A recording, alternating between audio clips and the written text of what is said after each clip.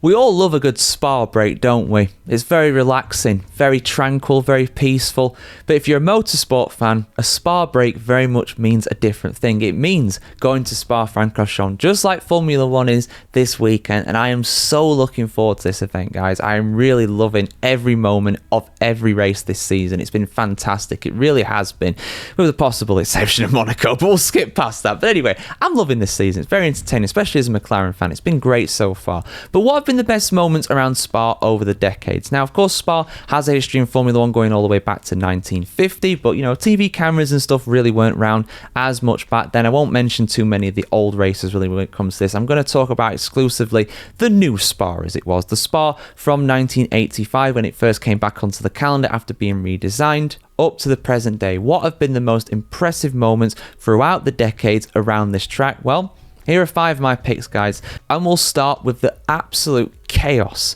of 1998.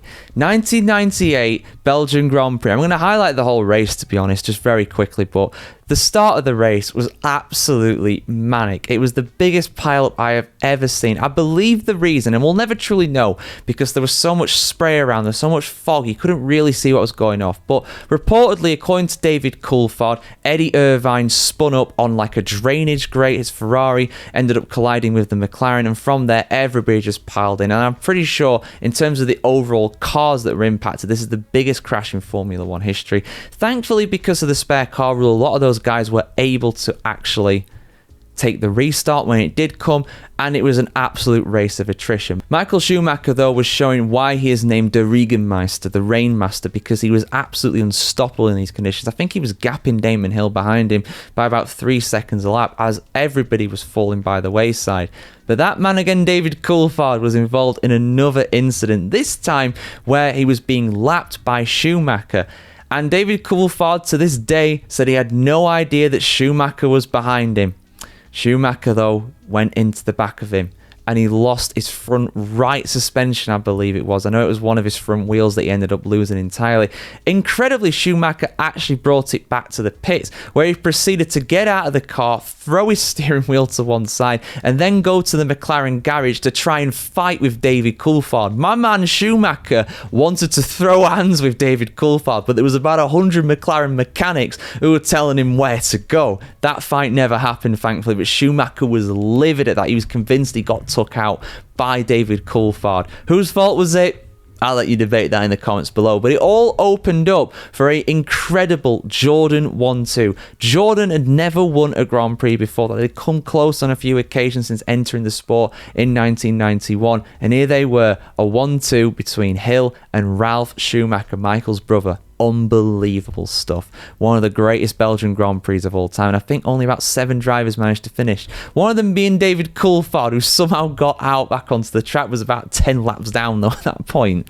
But let's talk about 2000, the year 2000 race. What a Grand Prix this was. Mika Häkkinen challenging Michael Schumacher for the championship for the 3rd year in a row, and Mika was leading relatively comfortably in this one. Michael Schumacher was siving his way through the field though and got himself up to second, but then Mika Häkkinen spun. He made an unforced error, got back onto the track, continued, but now he's in second place. But he was the faster guy. He was desperate to overtake Schumacher. Schumacher very robust, getting the elbows out, up Kemmel into Lecombe. Some would say nowadays, I think, a little bit unfairly, forcing Mika Häkkinen onto the grass and not making him very happy. And then he decided, you know what? I am going full send. I am going for it next lap.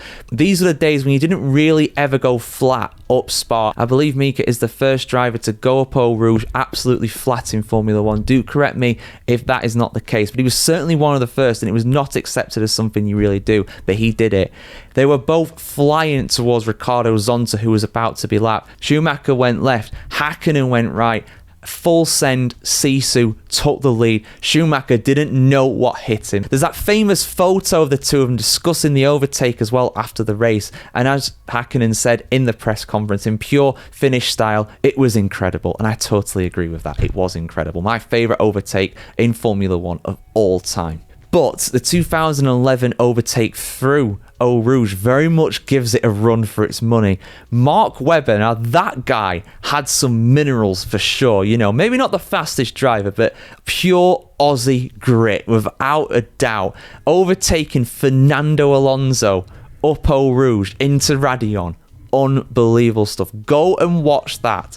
I flinched. I looked away from the telly when he tried that, because if there was contact there, that would have been an airplane crash. That would have been one of the worst crashes you've ever seen. But Mark Webber didn't care. He was going through it. He was going through him, and he did. Fair play to Fernando Alonso as well, because it takes a good, experienced driver to be overtaken like that and not cause an accident. If he did that on Pastor Maldonado, well, Mark Webber would probably have ended up in hospital, to be honest. So just to put that in perspective. Let's talk about 2014 as well. This, of course, being the time of the new engine regulations, the V6 coming in, Mercedes absolutely dominating this part of the season. Mercedes absolutely dominating Formula 1 at that time. Sir Lewis Hamilton, Nico Rosberg, both going for the championship in that year, and they collided at Le Mans. Rosberg lost a bit of his front wing, had to get it changed. Hamilton got a puncture and was effectively out of the race soon after with damage to that. And that opened up the door for Daniel Ricciardo, the Honey Badger, to claim a memorable victory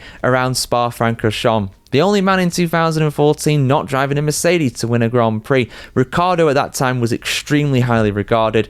Absolutely loved the Honey Badger. What a driver he was. And this was a fine victory without a doubt. But also a fine victory for another Red Bull driver in 2022. Max Verstappen. Of course, he did win the race. There wasn't really a race in 2021 in those controversial wet conditions, but his first outright Belgian Grand Prix came in very unlikely circumstances, really, when you think about it, because he started all the way down in 14th place on the grid. Didn't matter though, it took him like 10 laps to get the lead. Unbelievable stuff. I mean, that Red Bull was genuinely one of the best cars of all time in Formula 1 in 2022 by that point, but still, to come through like that and win by like 17 seconds or whatever it was, could have won by more had he chosen to.